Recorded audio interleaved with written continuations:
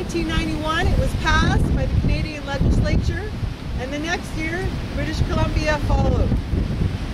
Last year, 121 people lost their lives in British Columbia due to their work. 19 in motor vehicle incidents, 43 in traumatic events, and 59 through occupational diseases. Of these, 6 were young workers. The Canadian death toll of workers has risen 25% in the last 10 years, with 1,036 people losing their life in 2008. How is it that this happens? As a parent, I tell my children to look both ways. It's common sense. For that matter, I tell them to look both ways and behind, because you need to be aware of what the possible hazards are. We need to build health and safety awareness into everyday life. We need to recommit to workplace health and safety.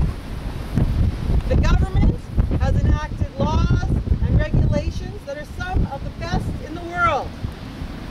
However, we need the resources to enforce these.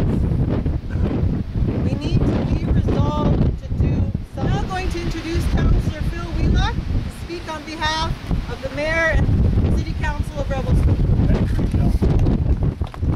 Thanks for gathering today, folks. On behalf of the city, thank you for including us.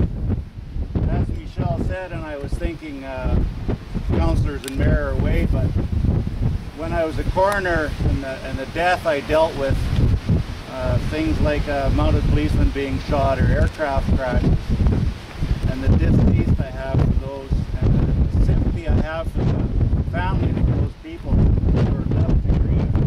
This great memorial that's been built here to signify our thoughts for those people, and in particular the memorial we had this spring at the plaza, the 15 workers who were killed in Rogers Pass.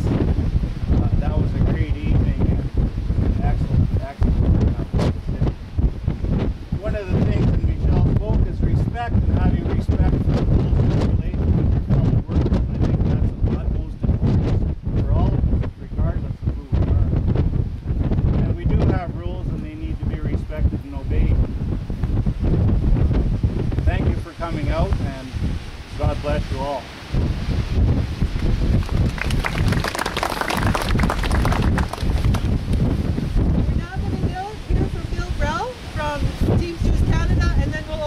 To other unions.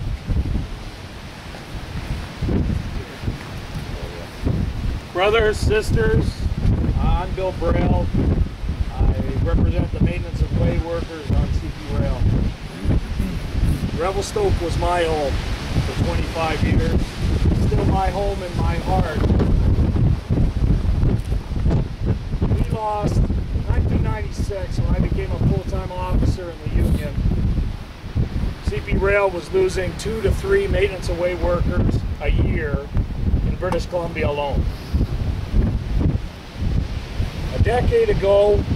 Almost a decade ago, we buried young Sean Ormshaw, a Revelstoke native, a friend to a lot of us.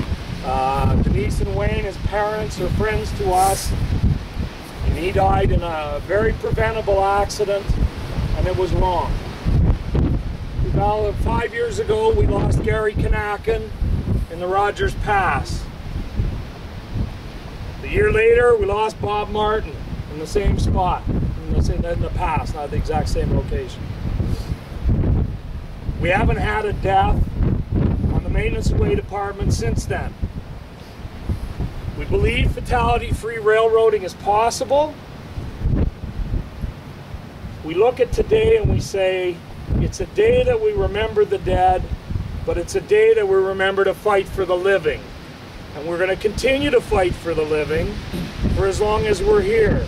We are our brothers and sisters' keepers. We are. Our safety is too important to leave in the hands of management, any management. We're not a bottom line. We're people. Our safety is not expensive. It's priceless. You don't cut costs if they're going to cut lives. And And that's all I have to say. I want you to remember your friends, our friends, your fellow workers. Keep the ones who are working alive and never forget the ones who have fallen. We remember, and that's what's most important. Thank you.